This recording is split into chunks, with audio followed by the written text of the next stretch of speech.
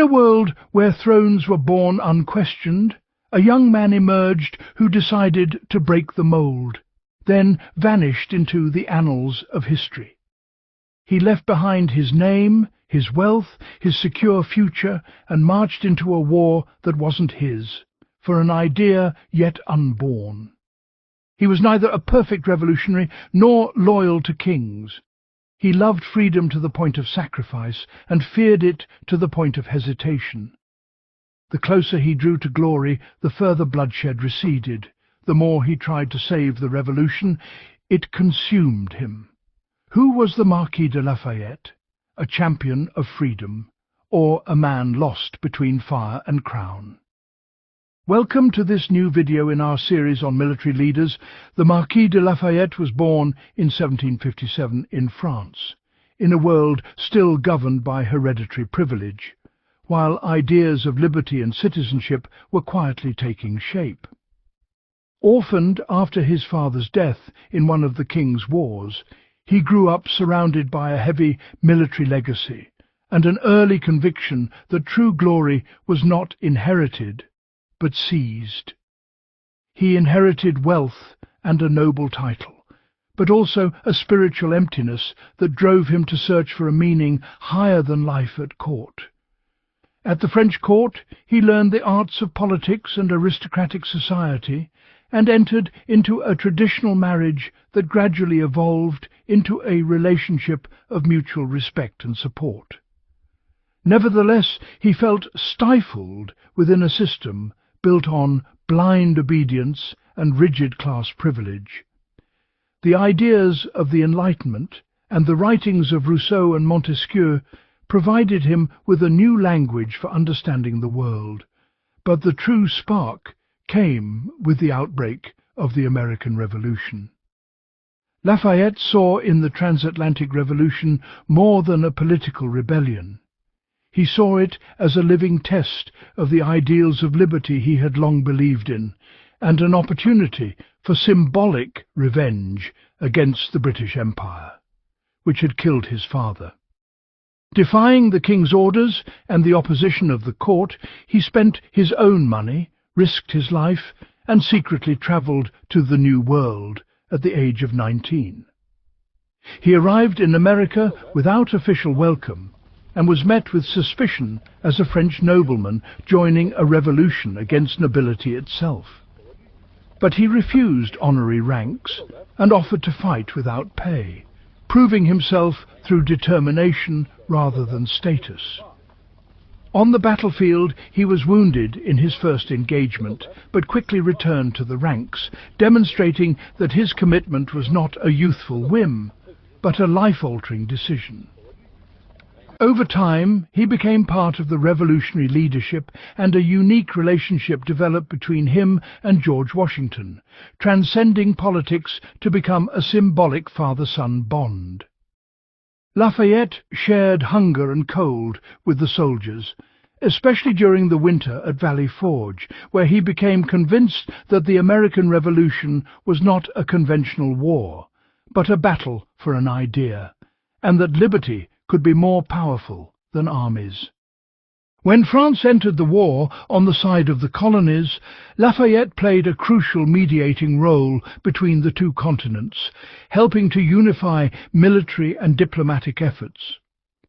After the victory, he returned to France bearing an experience his country had yet to encounter: the experience of a people who had overthrown monarchical legitimacy in the name of rights. In his homeland, he was no longer merely a nobleman or an officer, but a symbol of a new generation that believed sovereignty belonged to the people and that power must be limited by law. He constantly sought to reconcile monarchy and reform, revolution and order, a contradiction that would haunt him throughout his life. In the late 1770s, Lafayette lived through the height of his personal and political glory. While rumours swirled about his private life in Paris, his wife Adrienne remarkably tolerated his infidelities. The family continued to grow with the birth of a son in 1779, named George Washington Lafayette, a symbolic tribute to his deep bond with the American Revolution. While much of the aristocracy was absorbed in celebration, Lafayette devoted himself to persuading King Louis XVI that supporting the American cause was in France's strategic interest. France partially responded, agreeing to send additional funds and troops. However, Lafayette was deeply disappointed when he was not appointed commander of the expedition. Instead, command was given to the experienced General Count Rochambeau, a veteran of European warfare.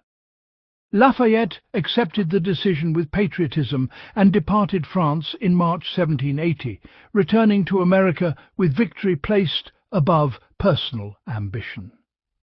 In the New World, Lafayette was warmly welcomed by George Washington and became the key liaison between French and American forces. The war had shifted south, with British troops under Lord Cornwallis controlling much of Georgia and South Carolina. In Virginia, Lafayette led a poorly equipped local force against a superior British army, relying on maneuver and attrition, and proving himself a capable military commander. The conflict reached its climax in 1781, when Cornwallis entrenched himself at Yorktown. Recognizing the opportunity, American and French forces besieged the city by land and sea with nearly 19,000 troops. Under relentless bombardment, Cornwallis surrendered in October 1781, effectively ending British colonial rule. The moment was highly symbolic when Rochambeau insisted that Cornwallis surrender his sword to Washington, not to a French commander. Lafayette returned to France in 1782 as a global hero, using his fame to support American negotiators in Paris.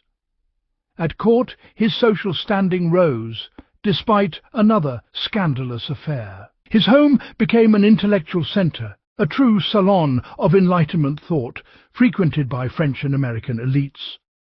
Lafayette himself embodied Enlightenment ideals: liberty, reason, and progress. Between 1784 and 1786, he travelled between France, America, and Europe, celebrated as a revolutionary hero. He championed humanitarian causes, most notably the abolition of slavery, establishing a plantation in Guyana intended to gradually emancipate enslaved people, an experiment in which his idealism collided with harsh realities he did not fully understand. By 1787, Lafayette appeared at the peak of his influence, a leader, a thinker, and a symbol of liberty. But France was sliding toward crisis. Economic collapse, popular anger, and the influence of the American Revolution set the stage for upheaval. Lafayette embraced reform, advocating religious tolerance and aid for the poor. When the Estates General convened in 1789, he sensed that France stood on the brink of historic change. After the fall of the Bastille, he emerged as commander of the National Guard, a figure attempting to reconcile king and people. This neutrality proved fatal. Royalists branded him a traitor, while revolutionaries accused him of shielding the monarchy. He tried to restrain popular fury, notably during the Women's March on Versailles, when he helped escort the royal family to Paris, temporarily slowing the collapse of royal authority. Yet public trust in him eroded.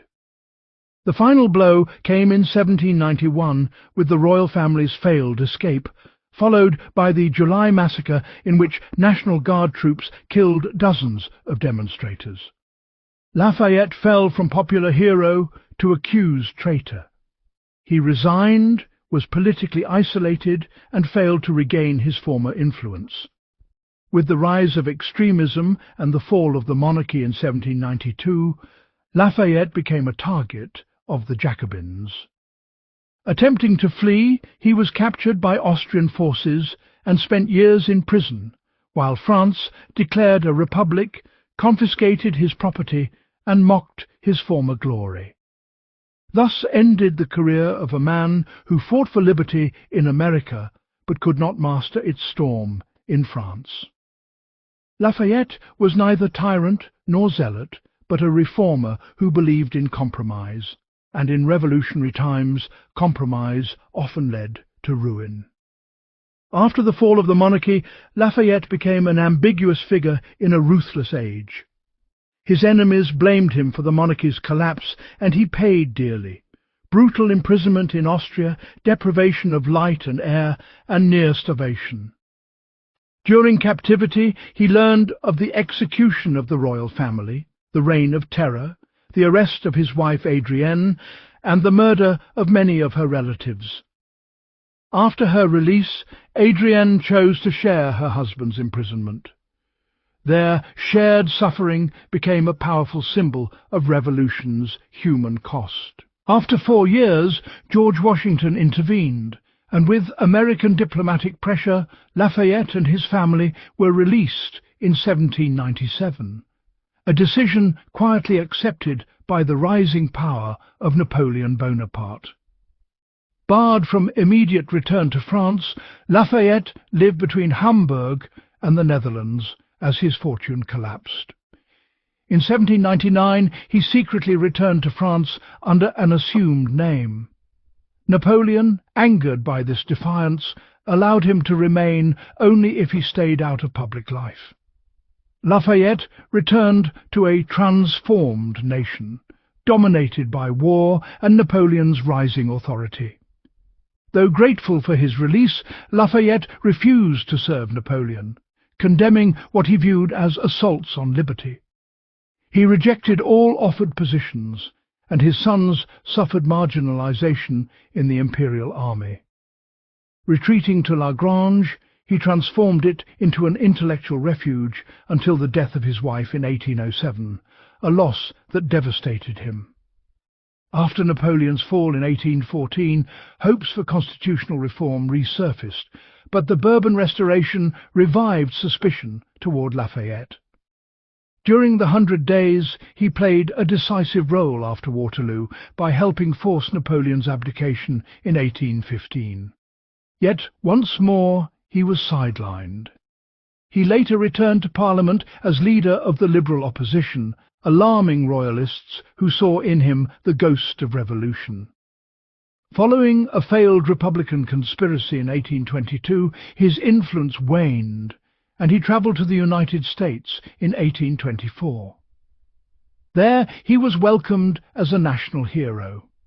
He toured the states, honoured by the people, Congress, and the President as the last surviving general of the American Revolution.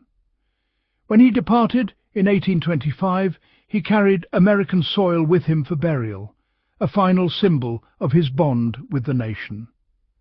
Back in France, he resumed opposition to absolutism. During the July Revolution of 1830, he once again commanded the National Guard at 73, but refused personal power, supporting Louis-Philippe as constitutional monarch. Once again, he misjudged events and was soon marginalized. In his final years, Lafayette fought with words rather than arms. His health declined, and he died on May 20th, 1834. Thousands mourned him across France and the world, a man who lived forever between revolution and authority. Lafayette's legacy remains complex. In America, he is revered as a hero and a father of liberty. In France, he remains a controversial figure, a man who fought for freedom, but who, often unwittingly, found himself at the crossroads of tragedy. Was Lafayette an ideal hero, or a naive revolutionary ahead of his time? His name thus stands as a testament to a rare historical question. Can a person belong to a cause greater than their own country without betraying their own country? Don't forget to subscribe. See you next time.